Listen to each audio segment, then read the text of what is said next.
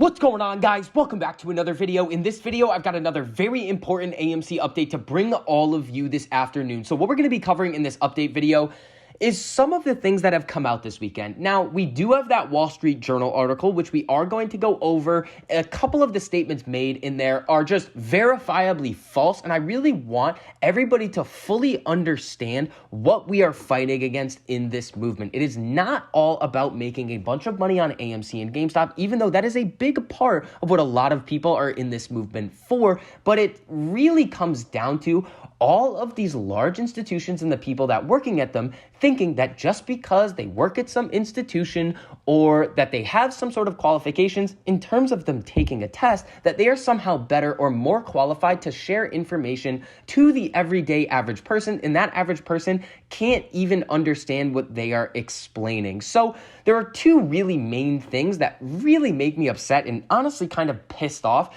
when we're dealing with this situation and some things that I see arise in the community. The first is when unsubstantiated claims are taken as fact without further information, and they are spread all around the community, and people are honestly believing a lot of the things that are said, and we have to go out and then kind of disprove a lot of those claims. Now, the second is what we just went over, that these big media institutions are going to constantly come out and try and push this narrative, even though that we have evidence to the contrary that a lot of the statements that they are making are verifiably false, and that's what we're going to be doing in this video, calling out a lot of the BS. So before we get into all of that information, if you enjoyed the information and analysis that I provide for you in this video, make sure you go down and hit that like button. It costs you nothing to do it, but it really helps us out a whole lot in getting this information out to as many people who want to learn. And if you guys want to see more videos like this, make sure you hit that subscribe button and turn on that notification bell so you're notified every time I post a new video. So when we think about AMC's price action going into next week, I would expect to see a little bit of volatility. Could we continue on this drastic trend to the upside and start that next leg up?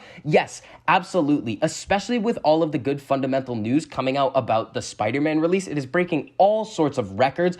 And honestly, it's a bit strange because this is the first time that we've kind of seen good fundamental news come out with AMC, and then the stock price reacts positively to it. So I do expect to see a little bit of volatility going into AMC this week, but again, I am still very, very bullish, especially going into January, which we are again going to talk about in a couple of minutes. Now, when we come over to the Ortex data right here, utilization 79.43%. I still expect to see this number get above 80%. We're seeing the estimated short interest at 20.33%. We could see this number flicker around, go below 20, back above 21, going over into this next week with the amount of volatility that we've seen on AMC in the past week. But again, what it's going to come down to is that the shorts that we are looking at to cover in order to really drastically increase the price to the upside, those shorts have not covered. What we most likely saw over this past week, especially on Friday, was the shorts in terms of the hedging process that the market makers needed to do in order to hedge the puts that they were selling. Remember, we had the most amount of put contracts that I have seen personally basically in the money at any given time on AMC, and in order to hedge those puts,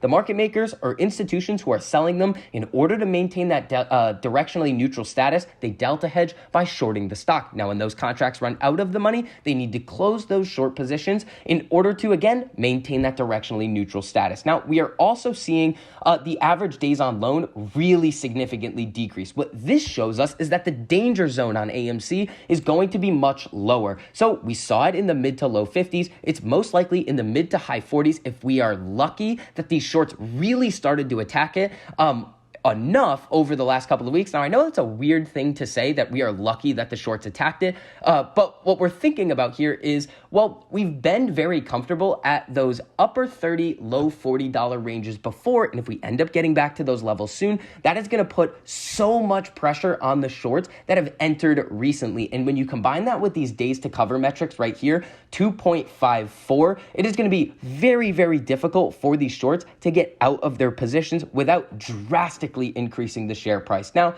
coming over to Stonko Tracker, again, going into this next week, I'm not necessarily seeing a crazy amount of gamma potential, but that's pretty normal when you have a monthly options expiration period expire and then you go into the next week. But pay very close attention to this January 2022 monthly expiration date, because I think that going off of what we've seen in the past with a lot of people gambling on options, it's starting to kind of tip in the favor of the bulls in terms of that perfect storm for that next price run up to the upside. We just saw kind of the perfect storm for the shorts, and that perfect storm is coming back into the bulls direction. Now, let's get into some of these things in this Wall Street Journal article and how the DTCC is honestly, it seems like they're lying to everybody. So when we come over to this Wall Street Journal article right here, there are a couple of things that are being said, and I want to kind of disprove a lot of these claims right here. Even AMC warned against entering its latest stock offering in June unless you are prepared to incur the risk of losing all or a substantial portion of your investment. You're pointing to a disclosure right here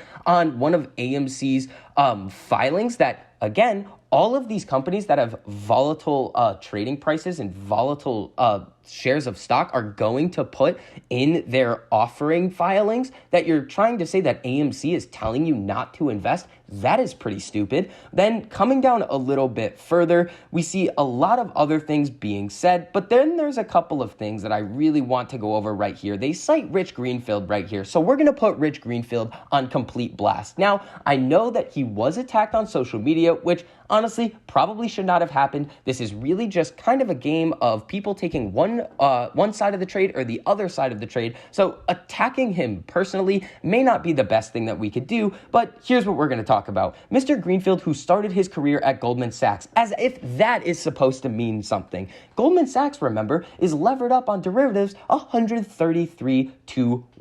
So you're citing somebody where they previously worked at Goldman Sachs, again, the largest prime broker out there right now, that has been sued many, many times over naked shorting, to try to give this person some credibility. Well, we're going to disprove a lot of this person's credibility right here and now. Remember, Rich Greenfield came out with that 1 penny price target on AMC because he did not believe that the fundamentals of the company were going to continue to be able to keep the stock in business. And I and a lot of other people think he is dead wrong. Now, coming over to his LinkedIn page right here, yep, we see he was a vice president and media analyst at Goldman Sachs. And something else that we need to point out, managing director, media and technology analyst at BTIG from March 2010 to July 2019. Do you guys know what else BTIG did? Well, when we come over here, according to the SEC's complaint, from December 2016 to July 2017, while Rich Greenfield was working there, BTIG mismarked as long or short exempt over 90 sale orders from a single hedge fund customer, totaling more than 250 million in sale orders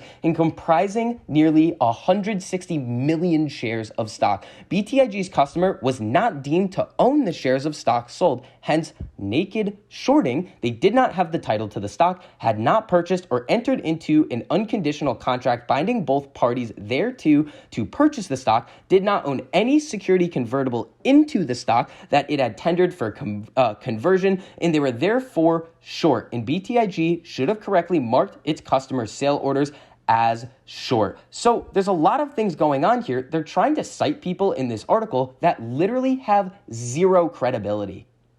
Now, let's get into this DTCC situation where the statements that are being made in this article are verifiably false. Coming back over here into this section where they really are honestly trying to cherry pick a lot of the statements that have been made by Trey over the last year and really trying to discredit him, but Trey is able to defend himself, so that's not really what we are going to be doing in this video. But when we see here, officials from the Depository Trust and Clearing Corporation, or DTCC, and Financial Industry Regulatory Authority, FINRA, said the synthetic shares theory not only isn't true, but makes no sense. Interesting. The official said it was impossible to sell fake shares in a company such as AMC, which is registered with the SEC, because the trades must be conducted by authorized broker-dealers, the same people that have gotten in trouble in the past for, guess what, naked shorting. The transactions go through the DTCC, the SEC-approved clearinghouse. Very, very interesting. Then we come down a little bit further. This is the wildest statement here. The DTCC officials said that if extra shares had entered the system beyond the 513 million shares,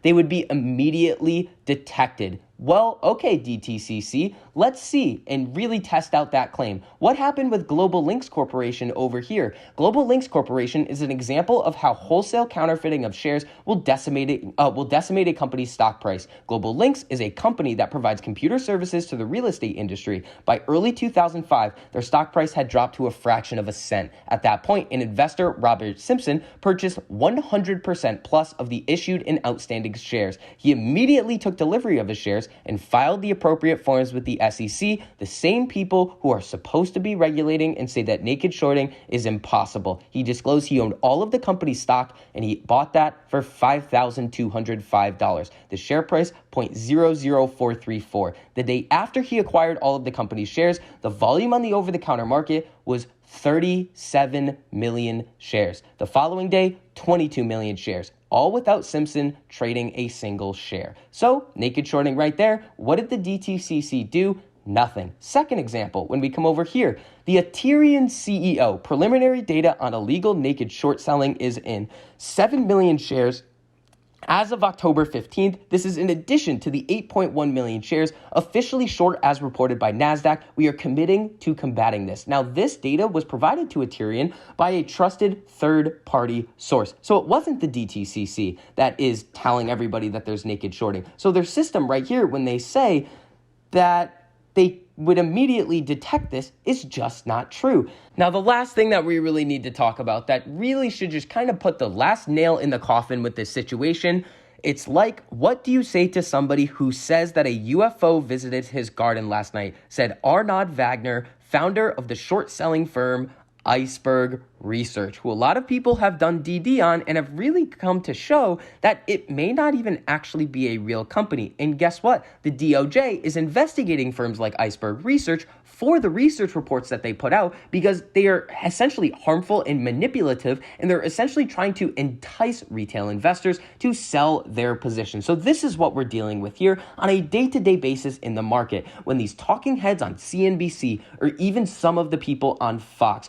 or anybody who has quote unquote a say or any type of credibility given to them in the financial media, well, a lot of the statements that they are making don't seem to be correct at all. And it is really trying to push the narrative, really trying to force retail investors to make specific decisions. That's kind of what a lot of these firms are structured around. Remember that Ken Griffin interview where he said that his algorithms are essentially monitoring the behaviors of retail investors and that they can make investment decisions based off of that. And he used the key word, take advantage of that. This is what we are fighting against. We have a long way to go, and that is really going to wrap up this update on AMC and this whole situation that has developed over this last weekend. If you guys enjoyed the information and analysis that I provided for you in this video, make sure you go down and hit that like button. It costs you nothing to do it, but it really helps us out in getting this information out to as many people who want to learn. And if you guys want to see more videos like this, make sure you hit that subscribe button and turn on that notification bell so you're notified every time I post a new video. So I hope you guys are having a great weekend, and I'll see you guys in the next one.